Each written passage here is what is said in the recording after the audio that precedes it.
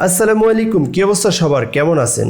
আমরা যারা মোবাইল দিয়ে ওয়াজ মাহফিলের ভিডিও রেকর্ড করে থাকি এবং বয়া M1 দিয়ে আমরা রেকর্ড করি, আমাদের ভিডিওতে অনেক পরিমাণে নয়েজ আসে।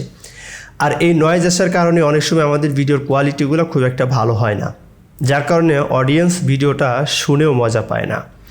এবং ভিডিওতে আমরা মোবাইল দিয়ে এডিট করি, কিন্তু মোবাইল দিয়ে আমরা ইকো দিতে পারি না। তো আজকে আমি আপনাদের সাথে এমন একটা টিউটোরিয়াল শেয়ার করব। আশা করি এই ভিডিওটা যদি আপনারা মনোযোগ সহকারে দেখেন তাহলে আপনাদের অনেক উপকার হবে। সো ভিডিওটা সবাই মনোযোগ সহকারে দেখার জন্য চেষ্টা করবেন। তো চলুন আমরা ভিডিওটা শুরু করি।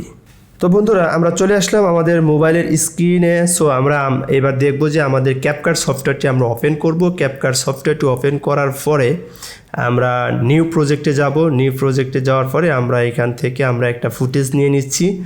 সো এই ফুটেজে আমরা নয়েজ রিমুভ করব এবং আমরা এটা থেকে আমরা ভিডিওতে একটা ইকো দিব। সো আমরা দিয়ে দিলাম। তো দিয়ে দেওয়ার পরে আমরা এখান থেকে আমরা ভিডিওটা আমাদের যতটুকু কাটার প্রয়োজন আমরা অতটুকু কেটে নিব।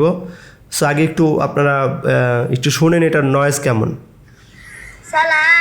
আসসালামু আলাইকুম ওয়া রাহমাতুল্লাহি ওয়া বারাকাতুহু। তো আপনারা দেখতেই পারতেছেন এটার মধ্যে অনেক পরিমাণে একটা নয়েজ রয়েছে। সো আমরা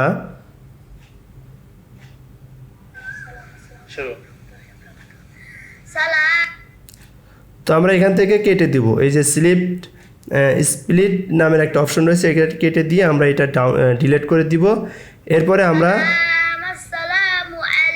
এটাকে আমরা কি করব, ভিডিও লেয়ারের উপরে ক্লিক করে দিব। লেয়ারের উপরে ক্লিক করে দেওয়ার পরে আমরা স্ক্রলিং করব। স্ক্রলিং করে আমরা দেখতে পারতেছেন যে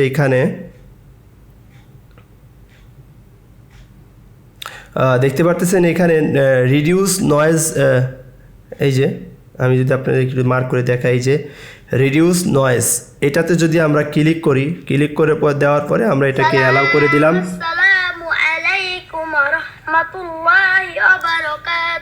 এখন কিন্তু অনেক নয়েজ কমে গেছে। সো এখন আমরা কি করব, এখন এটাকে আমরা ইকো দিব। ইকো দেওয়ার জন্য আমরা কি করব, আপনারা দেখতে পারতেছেন এখানে এই যে এটাতে ভয়েস ইফেক্ট নামে একটা অপশন রয়েছে। এটাতে যদি আমরা ক্লিক করি, ক্লিক করে দেওয়ার পরে আপনারা দেখতে পারতেছেন এখানে অনেকগুলো অপশন চলে এসেছে। সো এখান থেকে আমরা দেখতে পারতেছেন ইকো, এই যে ইকোতে আমরা যদি ক্লিক করি, তো আপনারা দেখতে পারতেছেন যে এই ভিডিওর হচ্ছে ইকোটা কিন্তু অনেক বেশি হয়ে গেছে। সো আমরা এখন কি করব, আমরা এই দুইটাকে একদম কমিয়ে দিব।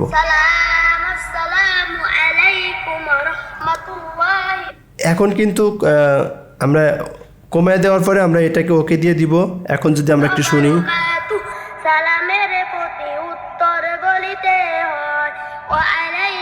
এখন কিন্তু সাউন্ডটা অনেক সুন্দর, সুন্দর একটা ইকো এসেছে এবং এটা শুনতেও অনেক ভালো লাগতেছে।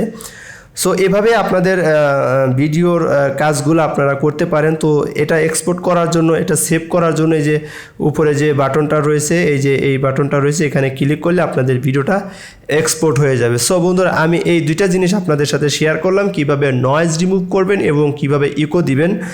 আশা করি ভিডিওটাতে আপনাদের অনেক উপকার হয়েছে। আপনারা যারা মোবাইল দিয়ে ভিডিও এডিটিং করেন, আপনাদের জন্য এই ভিডিওটা অনেক উপকারে এসেছে। সো অবশ্যই আপনার কোনো মতামত থাকলে কমেন্ট বক্সে আমাকে কমেন্ট করতে ভুলবেন না। আর অবশ্যই যদি আপনি আমার এই চ্যানেলে নতুন দর্শক হয়ে থাকেন তাহলে চ্যানেলটিকে সাবস্ক্রাইব করতে ভুলবেন না। সো দেখা হবে নতুন কোনো ভিডিও নিয়ে। সবাই ভালো থাকেন, সুস্থ থাকেন। আসসালামু আলাইকুম ওয়া রাহমাতুল্লাহ।